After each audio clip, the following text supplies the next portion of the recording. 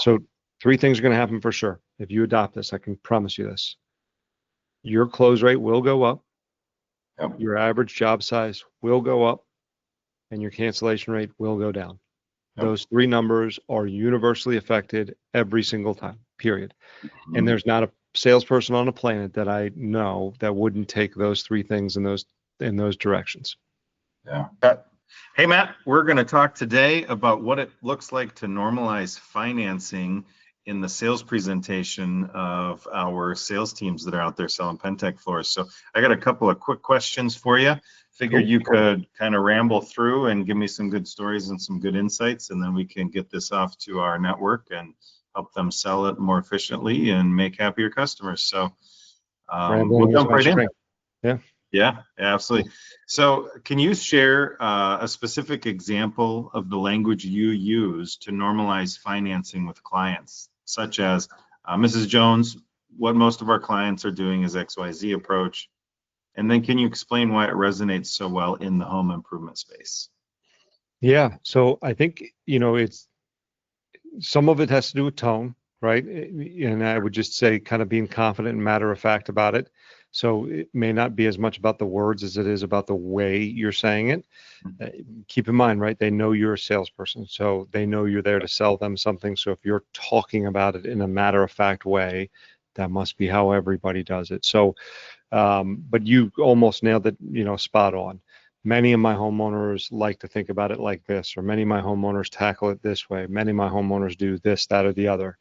So one of the things in particular, when we have trained this in the past to normalize payments, right? And I think that that's really the idea of it, is most people, when we show up, no matter if we're selling a $3,000 concrete coating, 4,000, 5,000, 7, or a $40,000 window project, right, or something in between there, assume that everybody writes a check or gives us cash for this, right? So when we start throwing things out that make it sound the opposite, then we give them the opportunity to fit in with everybody else and not feel ostracized if they can't afford to give us that check, right? Sure. So one of the big areas we look to do that in when we're training reps up is when they ask about how much do things cost to add on or to increase the project size or scope, right? Common response homeowner or reps want to give is what? I don't know, maybe a couple thousand or something along. They want to talk about the big ticket or the price. What we have worked towards with the teams I've worked on is to talk more in terms of payment, right? So when we're looking at it, Mr. Jones, to add the steps in there, just a couple bucks a month, probably $5, maybe $10 a month at most, right? Mm-hmm. What do you think about this color, right? Next thing. So all we're doing when we say that is this is how people digest these things and pay for these things. And on top of that, we're also reiterating the idea that this is expensive because you're going to need to finance this. Yeah. And it's a good reminder to just get our sales team back in the habit of going, oh, shoot, I have like 15 subscriptions. Right. I subscribe to Spotify. I subscribe to Netflix. I subscribe to these things, and to add a monthly payment, that's actually how the general public does their budgets now. We digest everything that way, right?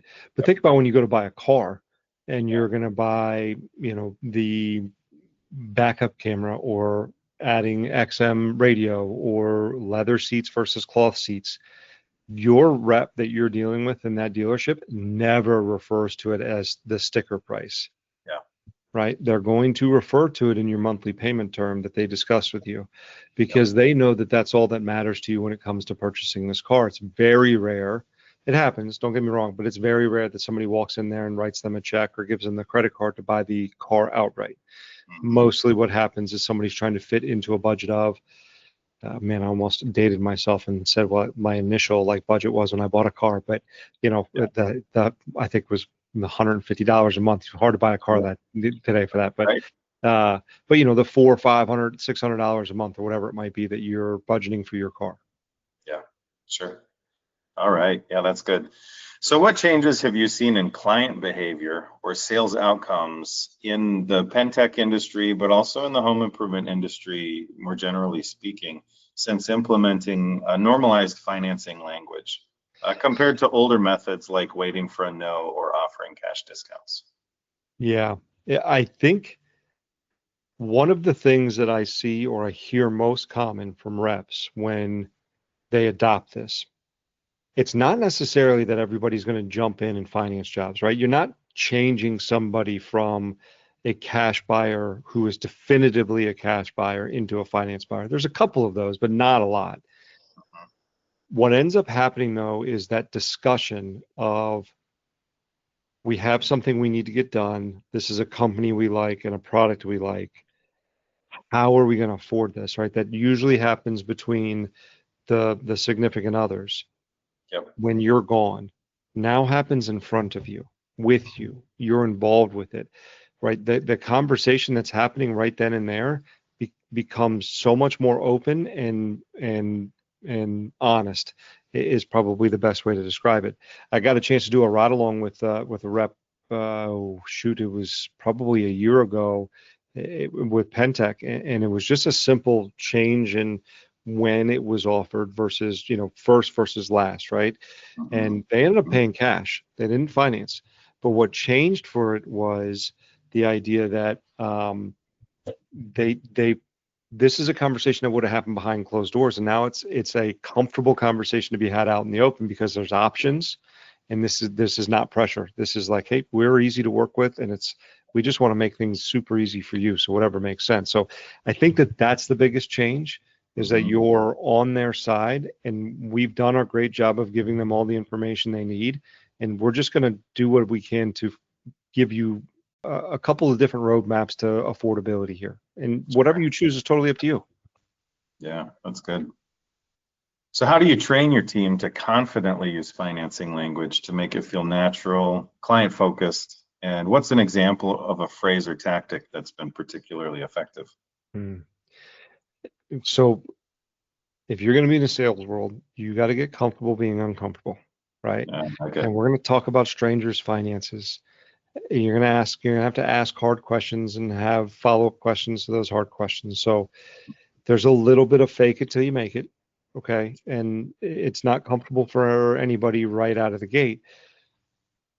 But if you do have a belief that it is the right thing to do for the homeowner, it is the right thing to try to educate them a little bit on the options that are available, and you're not being disrespectful and telling them more information when they told you they were going to pay cash, then you start to look at it as almost you have a responsibility to show those things too, right? So I think that there's power in that for you.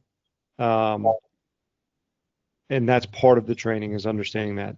The other parts of the training are one, you need to understand financing, and not to like the extent of the banker, for example, but just at a high level and understand how those programs work. There's no prepayment penalties and the benefits that are there for you as a consumer, right? Understand it as a consumer and like, would it make sense for you to use it? The second thing would be, or the third thing rather, would be when you're talking about it is just the simple kind of nuanced delivery of things and understanding the reason people don't want to use financing is an old school mentality that says if I have to finance it, it means I can't afford it. Yep. That's not the case. That's not true. Yeah. This is just a different means of paying for a project that might make it easier for you to afford it, not that you couldn't afford it. So when we normalize it, like the things that we teach, my people will roll their eyes because I'll deliver it the exact same way every single time. So, again, going back to the idea that people want to fit in, not fit out, most homeowners believe that everybody's going to pay with cash, and they're the oddballs because they can't afford to. So I try really hard to make it the opposite. So Mr. and Mrs. Jones, this is your total price. This is the discounts we can apply. It's good for this period of time. Now, there's several different ways you can tackle that project.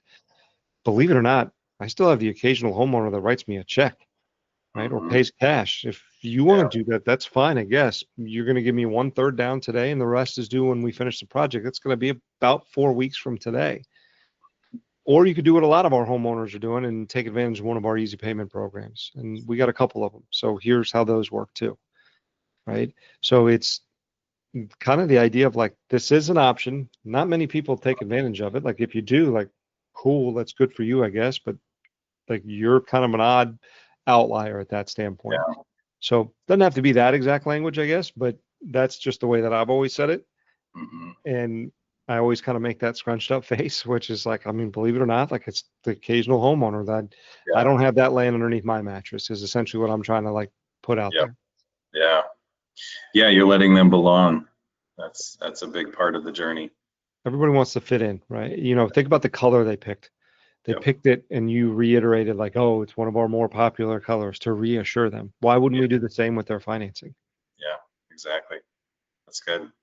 So in this process of training sales reps to really understand this normalized language around financing, what mistakes did we used to make in presenting financing options, and how has shifting to a proactive, normalized approach addressed some of these challenges in the home improvement industry? Most people I see, and that goes against a very big rule of mine when I say most. Usually I will say many. Most is too much of a blanket statement, but in this case, most people I see when they make a mistake here, they make the mistake of saying, "Oh, we offer financing, nobody uses it." They don't. They don't make it an option. They make it a, a fallback. Mhm. Um, uh, uh, oh, you don't have the means. I guess you might be in need of one of these programs. Mhm. So to give you kind of a rough example of it, it's, you know, okay, Mr. and Mrs. Jones, this is the project that we scoped out for you. Here's the total 1 year price. Here's the discounts. And we'll take a third down and the remaining balance.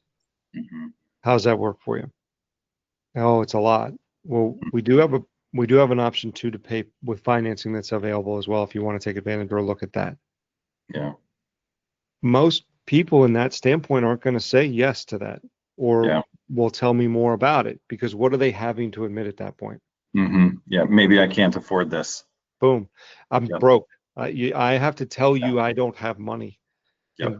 And at our core, right, we're all animals, right? Mhm. And the instinct there is to fight or flight and have some sort of sense of pride and wanting to be looked at with a sense of, I don't know, you know, that we're not lesser than. And if I have to say that out loud in some way, shape, or form, then I'm Mhm. having to admit that I might be lesser than. So I put Yeah. them in a position to have to do that. So when they tell you I need to think about it, Yep. it's not a polite way of saying no sometimes. It's a way of kind of hiding some shame in certain Yeah. ways, right? And you've put that shame on the table for them. Mhm. Yeah. Yeah. That makes a lot of sense. Yeah. Very good. Yeah. So, um, last question here. How do you see the specific financing language we use helping tools like Jim Hobart's, he's in the Pentech network, his AI sales platform, Zero, identify top performing salespeople? And what key phrases should Ooh, he highlight for that purpose? yeah. Uh, how often is it brought up? When is it brought up? So it's not necessarily always the phrases, right? But just the normalizing of it. When is it Mhm. brought up? So Mhm. early and often, right? Remembering that they're salespeople and that they know we're salespeople, despite what we put on their business cards. They Yeah. know you're a salesperson. So the second you walk in the door, Mr. and Mrs. Jones, we're going to give you a price that's good for X amount of time. And I'm going to show you some different programs that are available too. A lot of our homeowners are really excited about them. I'll go over all that at the end, right? Mm. That little subtle drop. Boom. Good. It's an option for them to start digesting now, not at the end, now, right? Mhm. And so that's a big one. I think then the the opportunity to slow down and ask budgeting questions throughout the appointment. Well, Mr. and Mrs. Jones, do you have an idea of what this project was going to go for? No, okay. Well, this is about what they go for. And good news is I was able to take care of a homeowner just down the street for very similar, about the same project size, a little bit different, but about the same. So about, oh shoot, about $100 a month or so, $150 a month. How would that work for you in your budget? Had you thought about what would be comfortable for you monthly? If you hadn't, or if you had, what do you think would be comfortable, right? Yeah. Little things like that.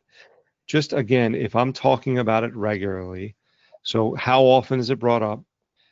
The other thing that I would look for when I'm listening to something like that is we're all met at the door with, hey, I'm not finance. I'm not me. not Yep. financing anything, which is hysterical because you're standing inside of something that they financed. Yeah. They parked probably one or two things inside of Yep. the thing that they financed that are financed, right? Like they called and set the appointment on something they're paying for monthly.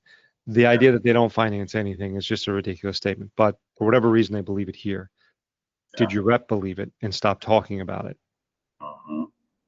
Because the simple thing that could happen there is, hey, Mr. and Mrs. Jones, that's no problem. My job is to show you all the options. You can choose to do it however you like. You want to pay cash? Great. You want to, see an option you like better and you want to reserve the right to change your mind at the end? Perfectly fine too. Mhm. Right. So where's that floor? Let's go take a look at it. Something Yeah. simple like that. Okay. Yeah. So I think that would be it. And then just the idea here is my number one rule is that we do not make decisions for homeowners. Even in that case, they told you they don't want to finance. They don't know what financing programs are available. They don't know what the stipulations are on them. So Yep. if you allow them to make that decision, you're essentially making it for them because they don't have all the information that you have. Mhm. So give them all the details and let them tell you what makes the most sense for them in their budget. And Yeah. again, some of them will finance, some of them won't, but at least you will have given them all of the options and you'll have started the conversation to the road to affordability is all we're trying to get on. Yeah. Yeah. Well, and you really want to take the weight off of the customer's shoulders as early as possible. Yeah. I don't think you want the customer to have to ask you, oh, are there any other options?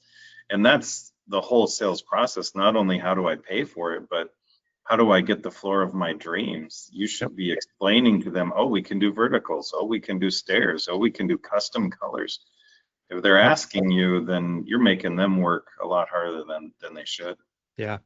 And if you can use phrases like, hey, there's a couple different add-ons you can do here, right? The verticals, the steps. Yep. If you wanted to do a custom color, we can do some custom colors, like, stressing it like that. Because what's that going to prompt from a homeowner? When we say add-ons, what do Yep. they think? Yep. Price is going up. And what's Yep. the question that they're going to ask you? Yep. How much more is that? Couple bucks a month, Yep.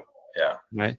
It's right there for you. You can set the question up so that you can again normalize it continually throughout the process. And again, where it all stems from, and it's funny because I was having this conversation earlier with somebody that both of us know about mindset, right? It's just a belief that it is the right thing for many people to do, to take advantage of these programs. If you don't believe that, you don't know enough about the programs that are available. Yeah. But you Yeah. really don't, because they're phenomenal options that are available for people. Yeah. Well, I just bought a couch, and I mean, you get a decent couch, you're paying, I don't know, $5,000 to $10,000 for a couch. It's crazy.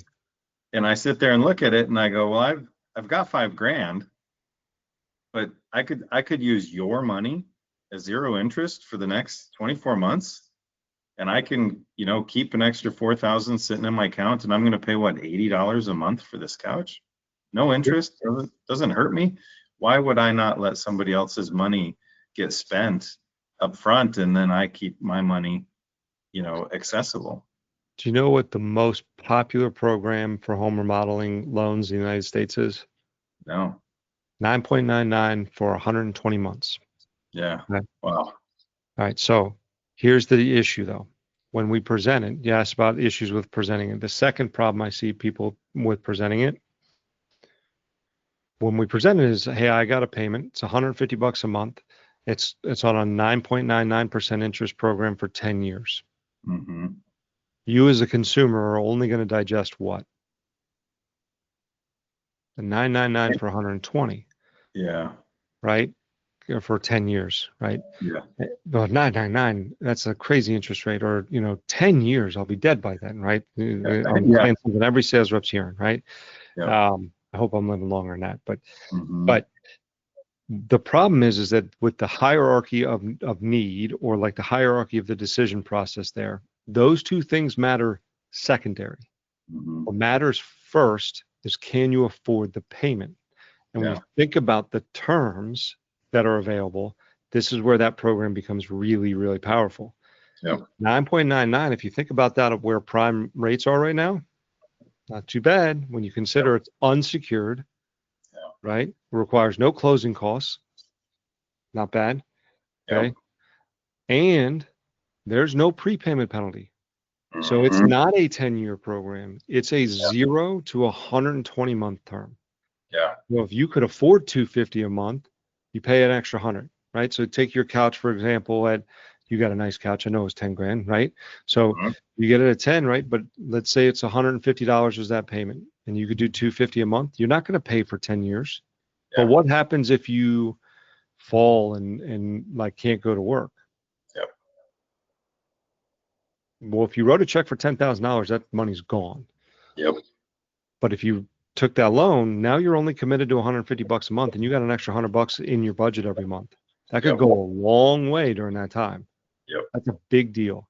Now Yeah. the question comes back to, do you believe it's the right thing for a homeowner to consider that loan or not? Yeah. Could be a really big thing, especially if like the roof blows off their house the week Hmm. after the floor went down, Yeah. right?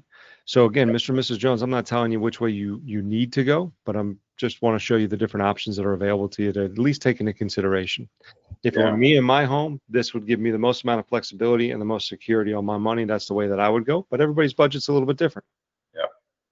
Yeah, and there's some neat use cases too. I know that we do a lot of floors, like before a big event, whether it's a wedding or graduation party or hosting over the holidays or something like that. And it's like, oh, I really want my garage floor done. I'm hosting my oldest or my only child's graduation, but I've paid for 2 graduations, and these were modest graduations, and they were both over $3,000. Oh, And I then I can. watched my kid open all of his graduation cards, right? $100 here, $100 here. And I'm like, kid, you Hey, just made as much money as I spent for you to have this party. And if I could have had my garage floor done for $100 a month instead of, what, 4 or $5,000, all of a sudden I'm shelling out money for the party, feeling good about it and having a yep. good time. Well, think about so when we first started, the guy that kept coming to mind, right, guy or girl that kept coming to mind for me was, well, this skews affluent. These people have the money, was what I was told, right? Mhm. And the person that kept coming to mind for me was, what about the person that like lives on a nice piece of land, got a nice house, but it got a lot of pride in that detached garage that they built, and that's where his workshop is. And the Snap-on tool guy comes once a month, Yeah. and he slowly built his tool collection Yep. once a month. Yep. He didn't buy the entire shop of tools all at Yeah. one time. So is he going to be able to justify to his family a $10,000 floor by Yeah. writing a check today? Yeah. No. No. But could he do it at 75 bucks a month, 100 bucks a month? Yeah, he could. Does he not want the floor? Yeah. He absolutely does. So like by not offering this and not doing it the right way, you could alienate the guy that takes so much pride. And not only that, but he has all of his buddies over to that garage every single weekend. Yep. And they have a great time in that garage. And what would happen if all of a sudden there's 20 people in there looking at that floor? Yep. Yeah, exactly. That's a great story. Snap-on is a whole nother story. Yeah, oh yeah, His garage has got about $100,000 worth of tools in it it. If did. Snap-on guy shows up every month. But he paid for it one tool at a time. Not Yep. That's the beautiful thing about it. They found a Yep. way to kind of do their own financing, right? Yep. Yeah. So Yeah, that's great. Cool. Well, I appreciate your time just kind of filling me in on kind of your take on financing. Are there any last final thoughts that you'd like to share with the listeners? it's easily been the most powerful tool that to be fair, I've been taught and learned from others on this as well too. But it's easily the most powerful tool that I've seen as far as an engine of change. Hmm. Once you get this, it teaches you so much about how to just have better conversations with your homeowners, not just with financing, but around their needs, their wants, everything else. I really believe that this opens up a lot beyond just how are we going to pay for it. It opens up the confidence for you to talk about it. If you can talk about a stranger's finances, Yeah. I mean, let's talk about a Pentec appointment. It's 45 minutes to an hour long most times, right? By Yeah. the time we're at this spot. And if you're comfortable and confident enough to talk about a stranger's finances in that period of time, Hmm. you're going to make it and you're going to do really well. And if you can do it at a high enough clip, there are three things for sure that are going to happen for you. And I made this promise to, John Zimmerman, and he called me about a month later and was like, hey, just that you weren't lying. This did this, and this did. And I said, of course, John, I just mentioned, I'm not going to lie to you, right? But so three things are going to happen for sure. If you adopt this, I can promise you this. Your close rate will go up. Yep. Your average job size will go up, and your cancellation rate will go down. Yep. Those three numbers are universally affected every single time, period. Mhm. And there's not a salesperson on the planet that I know that wouldn't take those three things in those directions. Yeah. Yeah. That's a strong finish right there. It is interesting too, because I'm on the marketing side of this, as you know, and I tell my customers that we're either shaping consumer interest or we're chasing it. Yeah, and financing is similar. Mhm. The consumer already has their mind made up that monthly payments is normalized in most other cases. Yeah. And home improvement, bigger ticket items, you mentioned most of us have monthly payments for a house or something like that, and people do HELOCs for a bathroom remodel or something like that. But we got to start talking about it more.